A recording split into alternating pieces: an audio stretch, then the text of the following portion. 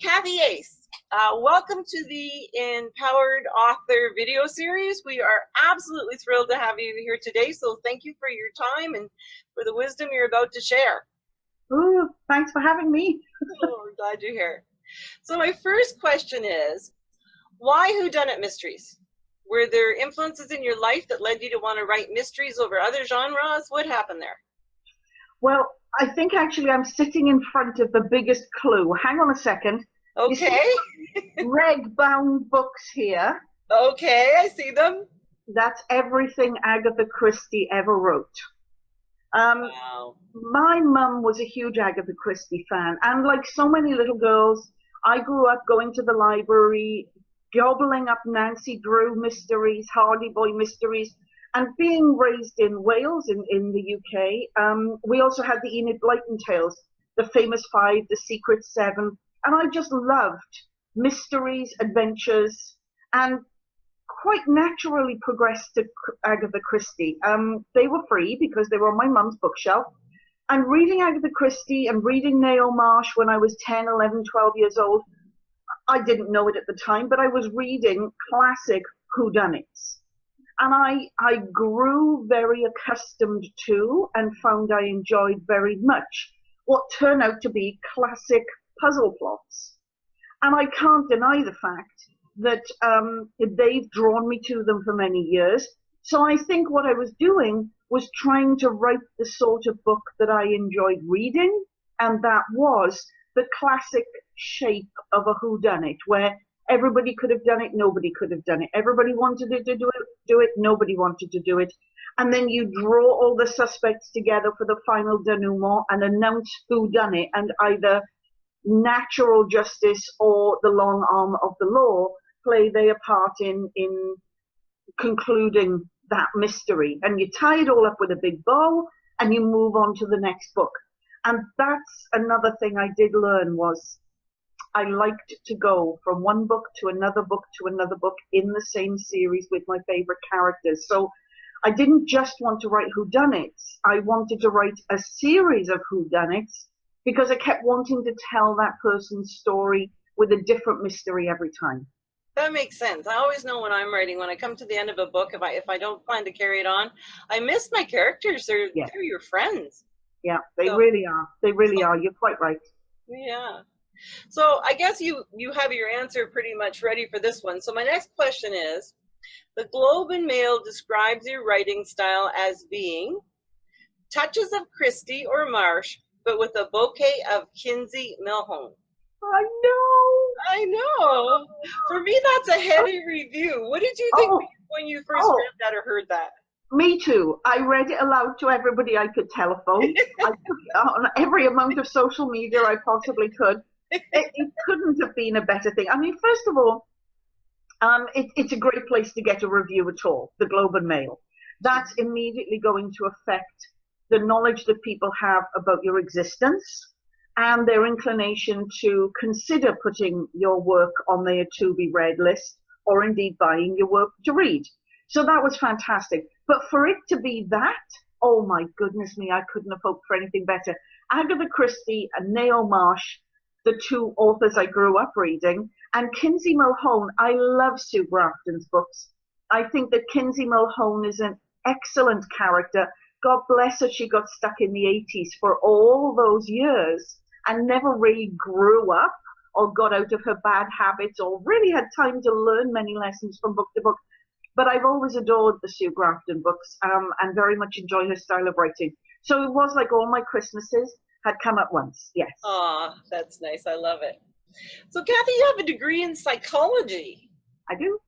I don't think too many people know that. So, how has studying the human mind and behavior influenced your writing? Do you think it's helped or plays a part, or what do you think? I really do think it does. I will admit, when I went to university, which was in Wales, there's a different university system there. When I was at university, you have to study 3 subjects for your first year, and then you would either select 1 or 2 of those subjects for your degree. I started off by studying English and philosophy and history because I wanted to be a writer, so I thought studying English at university was the thing to do.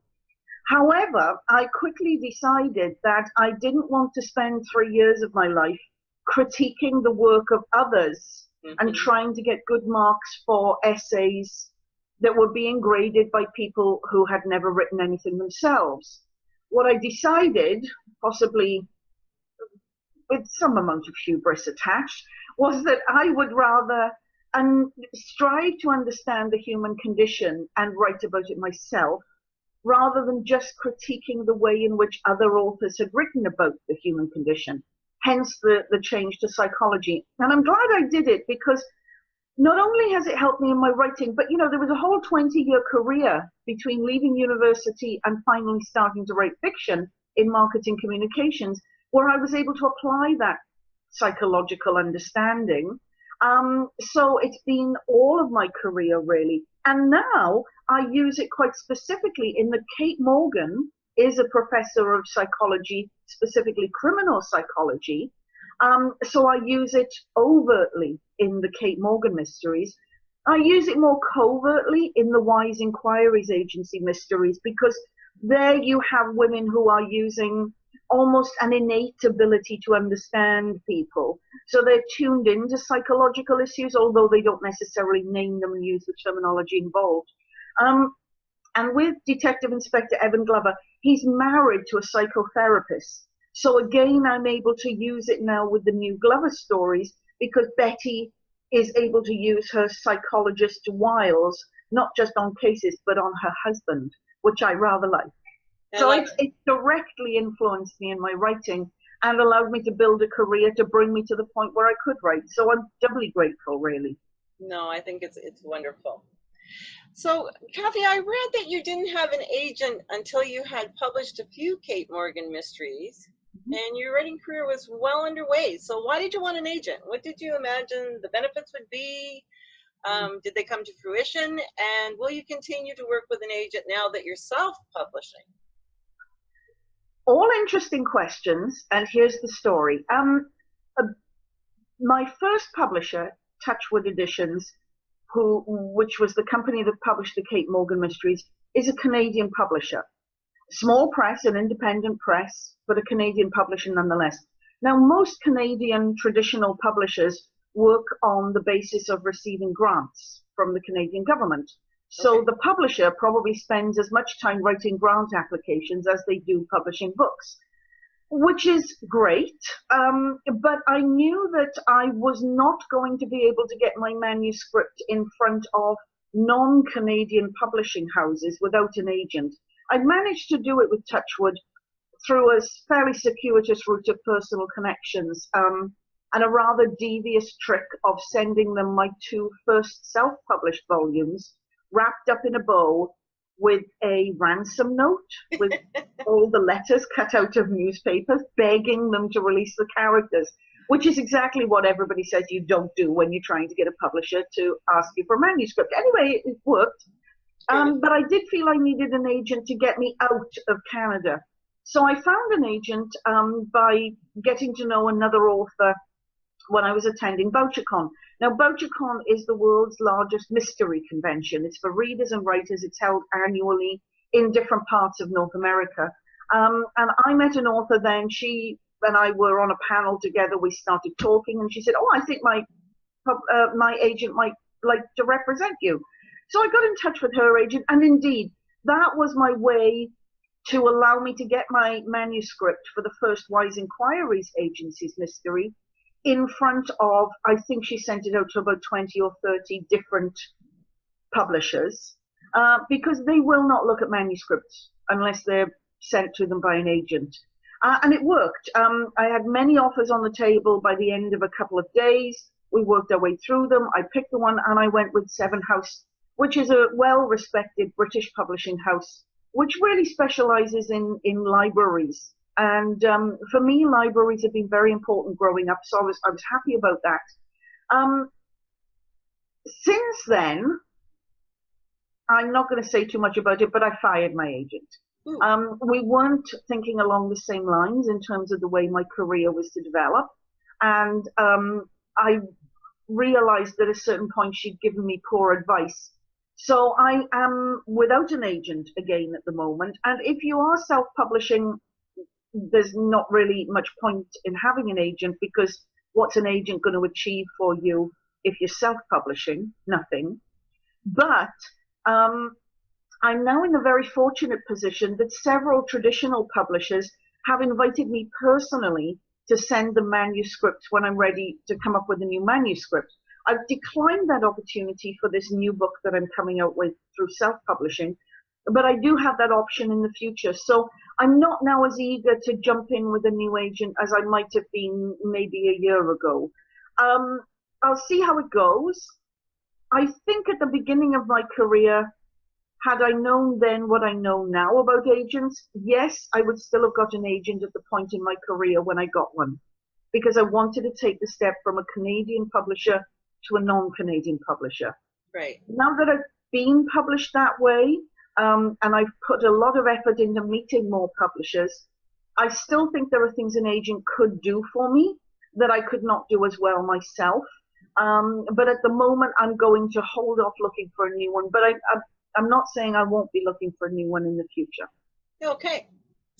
So what does an agent really do? Like if new writers are not really sure what's the difference between an agent and a publisher. So what does an agent really do? It gets you to the publishing house to take you seriously. What else would an agent do for you, Cathy? Well, it's not just about getting you to a publishing house so that they take you seriously. To be perfectly honest with you, it's getting you to a publishing house at all. It's not about being taken seriously. Most publishing houses will not accept manuscripts direct from the author. They won't even read a manuscript unless it comes from a recognized agent. So it's a critical path to reaching most publishers. That is the first and I think overwhelmingly important point. The second thing that an agent can do for you is then dependent upon the nature of the arrangement you have with your agent and you and your agent have with that publisher. So there are a number of rights attached to a piece of work. There are the first publication rights in hardcover, paperback, mass market. There are audio rights. There are film and television rights. There are ebook rights. All of these various rights might be something you agree to allow one agent to represent you for. You might agree, in other words, to allow your agent to represent your writing, but not your television and film rights, not your audio rights, for example. Right. That agent then tries to find you a publisher. They will use possibly a targeted approach or a scattergun approach. So they'll send your manuscript to maybe 3 or 4 publishers at a time, or maybe 20 or 30 at a time. Once you and your agent have discussed which is the best publisher for you to go with this piece of written work, you will then have a contract offered from the publisher via your agent to you. Now, that contract might be, we want the rights to all formats of print, all formats of e-versions, even those which do not yet exist, all versions of audio, all versions of film and television. Wow. And we want those rights for copyright plus 60 years. Now, you might sit there and think, oh my goodness me, but that is not an unusual boilerplate contract that a publisher will have sitting at their publishing house. It gives them maximum control to do whatever they like with the work that they're purchasing from you forever. So why wouldn't they start there? It's then up to you and your agent to agree whether you want to sell all those rights or just some of those rights, and at what price to the publisher in question. Agents can spend 6 to 9 months negotiating contracts because a publisher might not want to shift on a point, but you want your agent to keep negotiating on it. I know an author who had her UK agent and her US agent negotiating with one publisher for 6 months to get a contract that she found acceptable. That's the way it goes. It's a business negotiation. And really, it's up to the author to decide what they want to sell to whom for how much money. And I do get it that it's tempting to sell, I'll sell everything for threepence. You know, let's just get it out there because I want to be traditionally published. And I think many authors do go that way.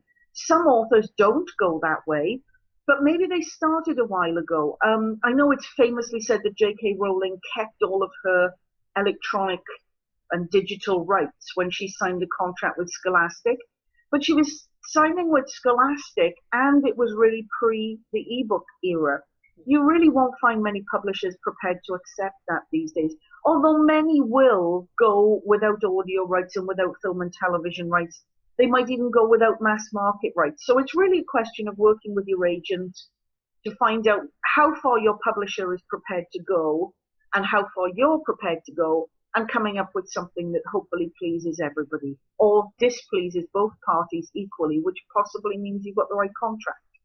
Perfect. Thank you, Cathy. I'm glad you expanded on that because I know a lot of new authors, they dream of working with a publishing house and having an agent, but they don't really understand totally all that's entailed. So thank you. Now, Cathy, before becoming a mystery writer, you wrote numerous textbooks on marketing and communication, and you taught marketing and communication at the University of BC and at Simon Fraser University. Okay. So marketing is one of probably the biggest challenge authors face. So would you mind sharing a few strategies or tips? Is there something that comes to mind when I ask you what's the first thing a new author should do? Well, look, I'm going to be honest here and say most people speak about marketing, but what they actually mean is selling. And they are two entirely different things. Okay. Marketing, properly speaking, is about managing the product, the price, the place, the promotion, all those elements. So in fact, self-publishing comes closest to true marketing because the product is the book, the written word, the pricing is something you're in charge of, place, the distribution, you have some say over it, and promotion, you have some say over. What many people mean when they say marketing, however, is selling books. And they've written a book that they wanted to write, the way they wanted to write it, and now they're trying to sell it. That's not marketing. Marketing is understanding before you even start who your market is. Who are your customers likely to be? The key of successful marketing is to have customers who want to buy rather than trying to create sales on a constant rat on a wheel type of thing. So in terms of marketing, the best advice I can give writers is to get them to do some soul searching.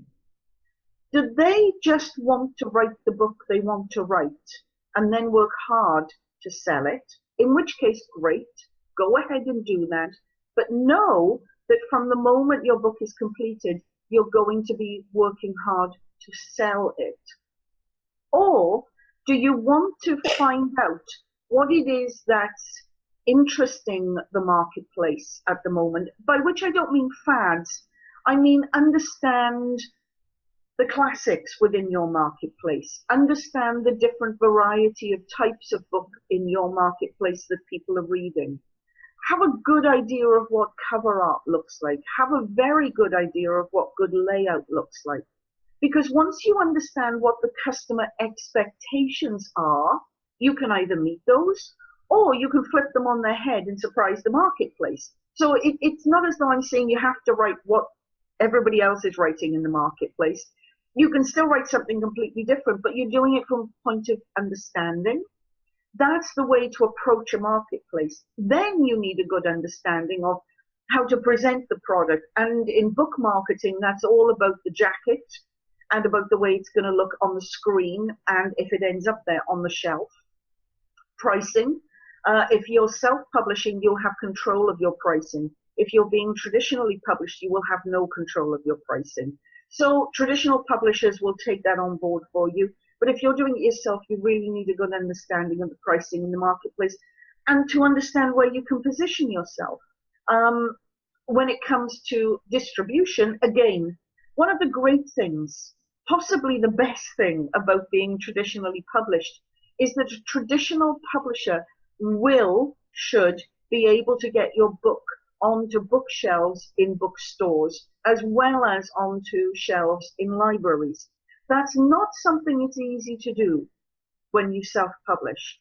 You can make yourself available to libraries and to bookstores by using Ingram Spark, for example, but that still doesn't put you on the shelf. There is no sales force going in there and selling it.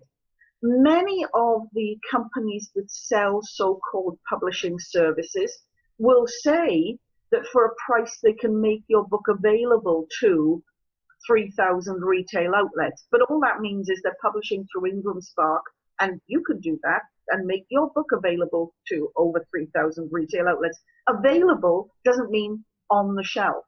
So you've got to be careful about that. And when it comes to promotion, the big difference there, I would say, between traditional publishing and self-publishing is traditional publishers are much more likely to be able to get you and your work in front of mainstream media in terms of getting reviews. Some mainstream media, for example, the Globe and Mail, traditionally do not review self-published work. I'm not sure that that's true for the Globe and Mail now. We're about to find out, actually. But many of them don't. Yeah. So, and also Library Journal, Publishers Weekly, things like that will look at self-published works, but they're much more likely to react positively to works coming in from traditional publishers. And other than that, pretty much everything that a traditional publisher will do for an author in terms of promotion, marketing, which is what, again, people use the word interchangeably, will be down to the author doing that themselves. You know, you'll look at a publishing house with maybe one publicist or PR person, and they are representing the works of 50 or 60 authors. Each season, there might be 20 new releases that they have to work on. So you're getting 1/20th of a person for 3 months of the year and 100th of them for the other 9 months of the year. You're not getting a whole lot out of a traditional publisher. And I feel that I am my best publicist in terms of my work. And I've always done a great deal of promotional work. But that's what it is. It's promotional work. It's not marketing. So going back to my, this is your MBA marketing course, folks. Marketing is about the whole process of product, price, place, promotion. It also goes into people, processes, and physical evidence as well, but let's not go there. And whereas selling or promoting is specifically that job. It's about presenting your work to the marketplace, which is very much what traditional publishers expect authors to do, and which, as an author, I've always spent a great deal of time doing. Yes, it always surprises me. Many people think, and I've had the same experience, I've been traditionally published too, is that new authors tend to think that you put your book on the shelf and it's going to start selling, but it's not. It's not true. It's the promotion part, right, Cathy? Oh, absolutely, absolutely. I mean, I will say my first publisher, Touchwood Editions, with my first book that came out, they sent it to all the relevant places, and it was I was lucky enough to get a review in Publishers Weekly for that book. It was the first review they, as a publisher, had of a book through Publishers Weekly. And to be perfectly honest with you, I wasn't as aware of that as I should have been, because I didn't learn what I should have done before my first publication. There was also a review in the Library Journal, and it was that publisher who said to me, you need to understand the library system in the USA is bigger than the entire size of the Canadian publishing industry for everything. So it's a question of scale and understanding where you want to target your efforts. You might be able to get a great deal more coverage through American coverage for a Canadian published book, which opens you up to a much bigger market. Whilst the Globe and Mail is a wonderful place to be reviewed, it's by getting a review in the Globe and Mail that maybe Library Journal will take more notice of it in the future, and Library Journal is going to give you a lot more speed than the Globe and Mail, for example. So it's about scale as well as positioning. And I do think that getting that coverage can be significant at the beginning of a writing career. No, I love it. Thank you very much, Cathy. Okay, so I want to ask you the question that everybody is dying to know. So why did you make the switch to self-publishing? So Murder Keeps No Calendar with 8 novellas and 4 short stories is already available. And Murder Knows No Season with 4 short stories and your full-length novel, The Wrong Boy, will be available shortly. So you've got a book out there already, and you've got a couple more coming out. So what do you view as the main challenges of making the switch to self-publishing? And what do you see as the chief advantages? Well, first of all, I will say it's where I began. My first 2 collections, and this is a sort of a full circle thing for me. Back in 2007, my first ever short story, which had been first published in 1989, was put onto BBC Radio 4. And with the death of my father, I realized that if I was going to do anything about writing fiction, I should get off my backside and do it. So I sat down and I wrote 11 accompanying stories for that original short story.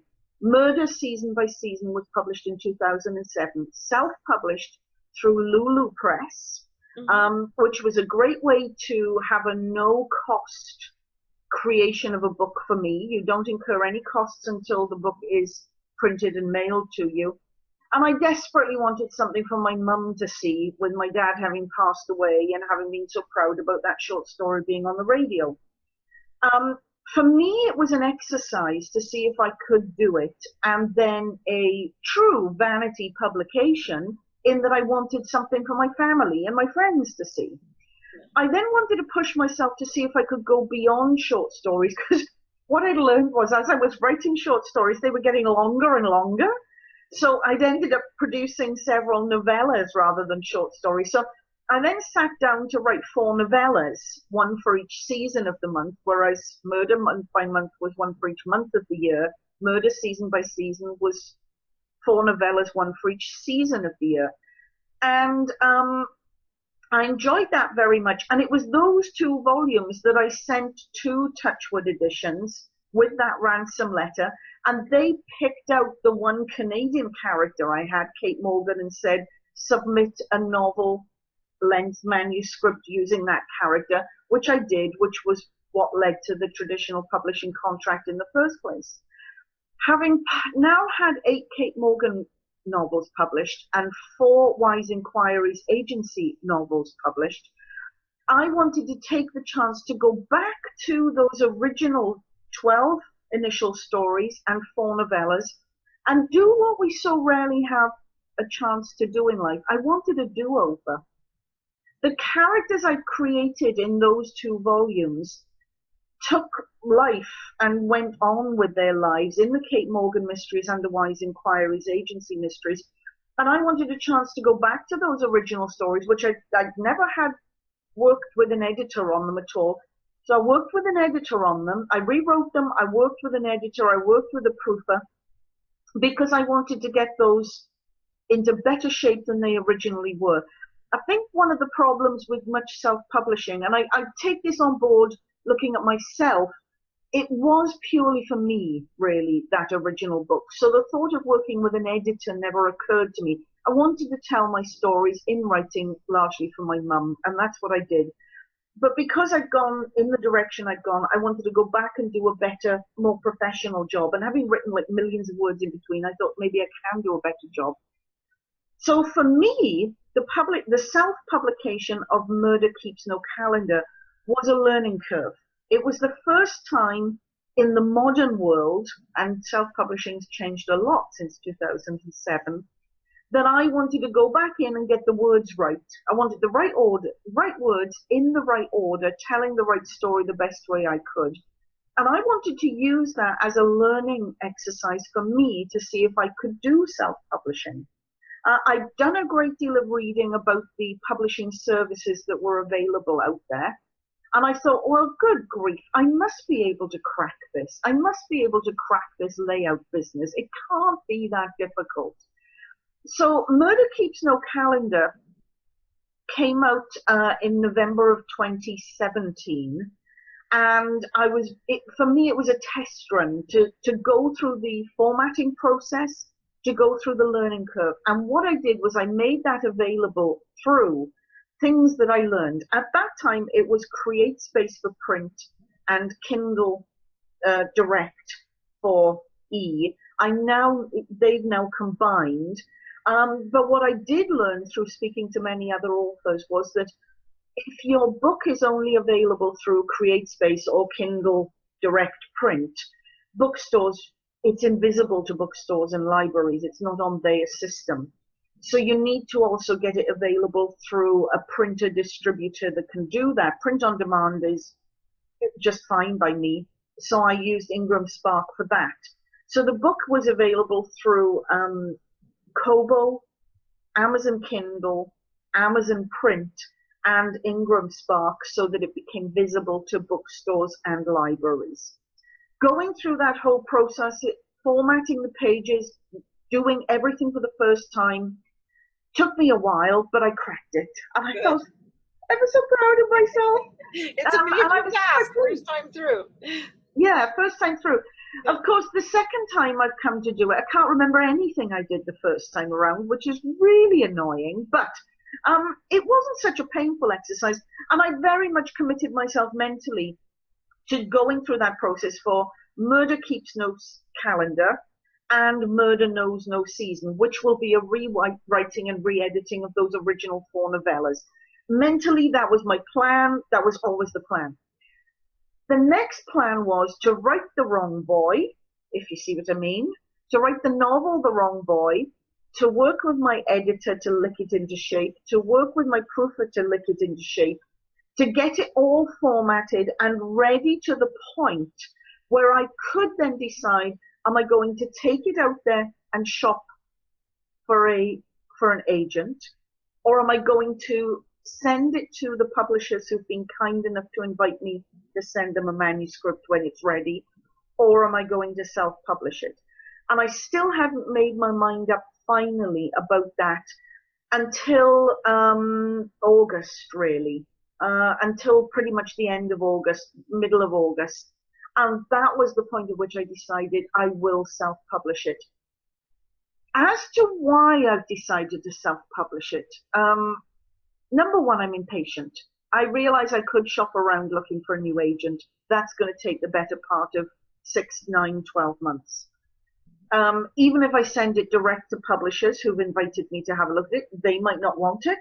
And then you're punting it around through time. Again, when a publisher gets a manuscript, it's going to take them 4 or 5 months to get to have a look at it before they're going to make a decision. And I'm terribly impatient. And I decided that I really wanted this book out in the marketplace at the beginning of 2019, largely based upon the fact that in March of 2019, I'm going to be Toastmaster at Left Coast Crime in Vancouver.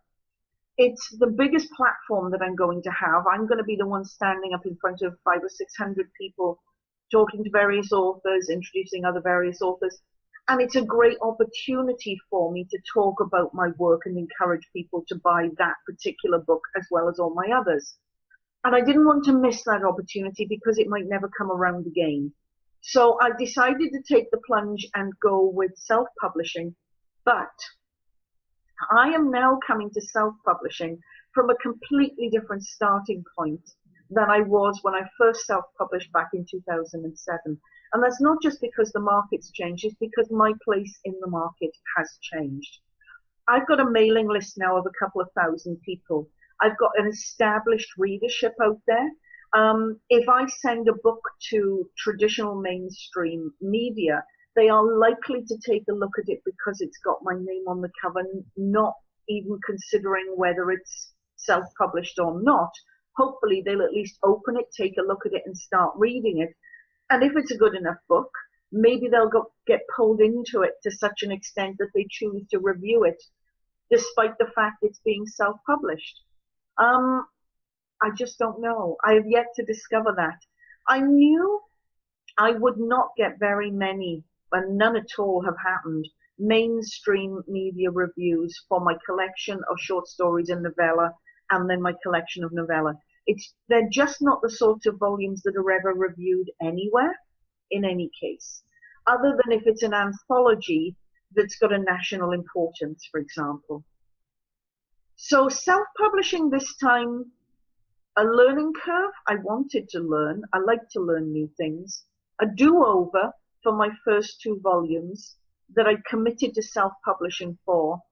And for the novel, I'm taking a bit of a leap of faith, to be perfectly honest with you, and I'm pulling out all the stops and using all the contacts I've gleaned during the 6 years that I've been traditionally published to try to give this self-published book as good a start as possible in life.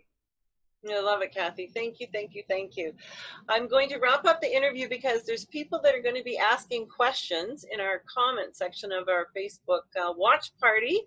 Yep. And I want to make sure that they have enough time to be able to do that and that you have enough time to be able to answer them. So thank you very much for being with us. You're a wealth of information. I'm a delightful person, and I've totally enjoyed this time with you.